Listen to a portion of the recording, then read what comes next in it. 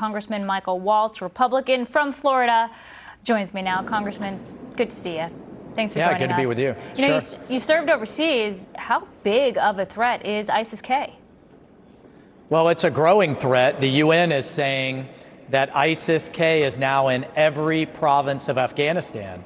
And the fundamental flaw with Biden's strategy was, trying to sell the American people that there were some moderate good terrorists that we could work with to stay on top of and to help us fight the bad terrorists. Well, they're all bad at the end of the day, and what they care about is attacking the West again.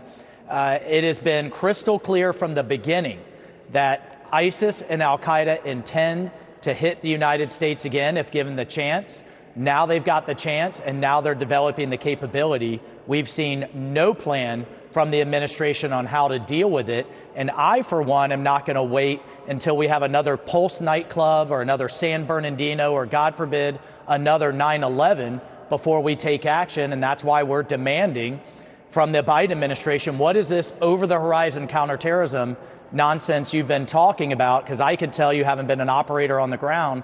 You got to have special operators and intel specialists on the ground to fight terrorism, and we have none of that right now. Do you think we're going back on the ground in Afghanistan?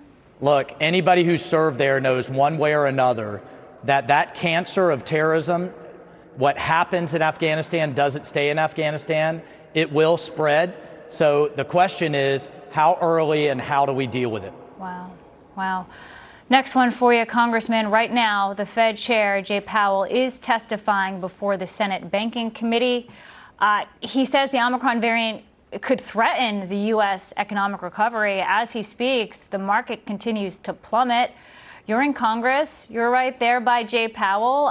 How much of a threat is Omicron to the economy? And do you trust that Jay Powell can fix it, treat it, work with it?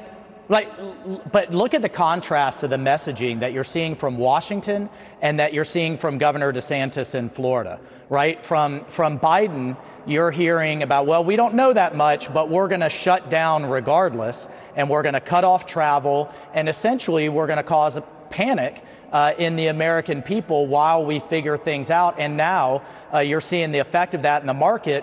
What you see in DeSantis is we're going to take a balanced approach. We're going to keep our kids in school. We're going to keep our businesses open. We're going to keep our borders open, particularly with a tourism-driven economy. And, oh, by the way, right now as we speak, Florida has the lowest per capita COVID rate in the country. There is a way to do both, and we have to learn to live with this virus, not overreact to every new variant that comes down the pike.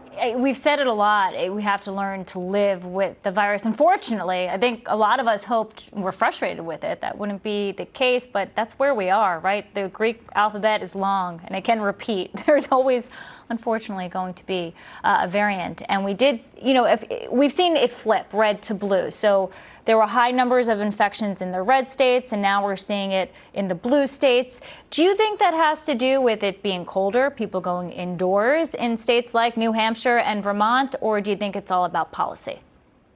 Look, I think it's a bit of both, but at the end of the day, what we've seen is that the lockdown mentality didn't work, and it had all kinds of spill-on effects. You have kids that have fallen further behind in schools. You have small businesses that have been devastated. The printing presses are red hot from the amount of money that we're borrowing, ironically from China. And that's something in terms of the origin of all of this and how do we prevent it in the future and who should be held responsible, the Chinese Communist Party, that we're not hearing anything from the Biden administration on. And that's a real shame. Congressman Michael Waltz, thank you for the time. All right, thank you.